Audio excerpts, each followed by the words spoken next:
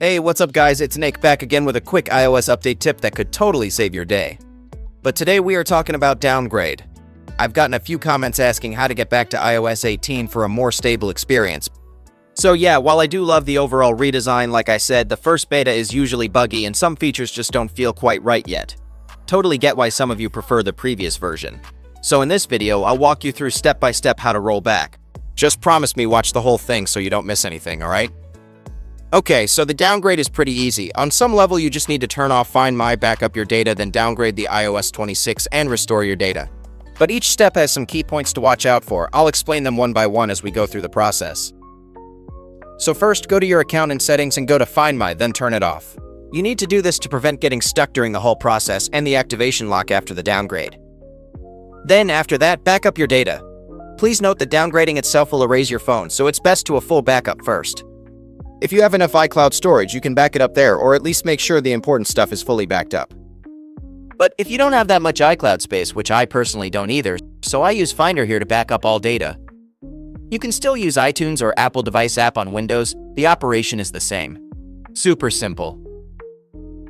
Now one thing to note, because a lot of people care about this, will local WhatsApp messages be backed up by the computer? The answer is yes. Computer backups are full device backups, they are not selective. However, when restoring the backup later, you'll need to re-download all your apps, so I suggest you make a manual backup of app data like WhatsApp to be safe. While your data is backing up, you can go ahead and prepare for the downgrade. Just make good use of your time. The safest method is to use an official downgrade tool, one that is certified and reliable. I personally often use a tool called ReiBoot to handle system issues. And this time, downgrading is also super easy. Once you've downloaded it, you'll know how to use it, just like you see on the screen. You start by downloading the firmware. If you want to downgrade to an older version but it's not listed here, that means Apple has officially closed the signing window. I don't recommend using some crack methods to install old versions. Even if you install them, your phone might not be able to activate. You can also try other certified and secure tools. Because I frequently test my app, I need to make sure the iOS version on my phone is official firmware. No viruses, no security risks, and proper downgrade technology. But these pro tools usually require payment. So you can check out how it works and see if you need it. See what offers they all have. Sometimes there are discounts. You can go to the software website I mentioned directly from the link below. I won't talk too much about that here. Okay, so after downloading the software, make sure your backup is completed before you start the downgrade process. Alright, let's downgrade my test iPhone. If your connection is stable, it only takes a few minutes. Earlier I backed up my main phone, so that took a while. But the downgrade is super quick. Within a few minutes, your phone will be back to iOS 18. At this point, your phone will be restored to factory settings. No worries, you can go ahead and restore your data. Bring your phone to the Restore Backup screen and select Restore from Computer or iCloud. Then on your computer, if you backed up your phone while you were still on iOS 18.5, then you don't need to modify the backup files. But if you did the backup while you were on iOS 26, you will need to modify the backup file. Here, I'll show you how to do this on a Mac. Just hold the Option key to open Library.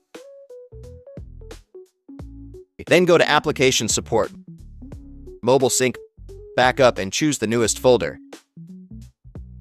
Inside, find the file named Info and open it in TextEdit.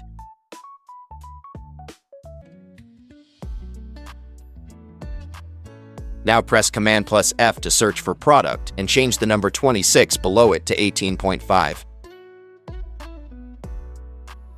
Once that's done, save the changes, go back to Finder and start the restore. It should work just fine.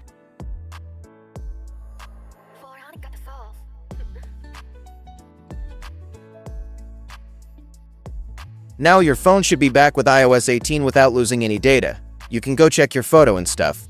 The apps will automatically download it after you sign in your ID.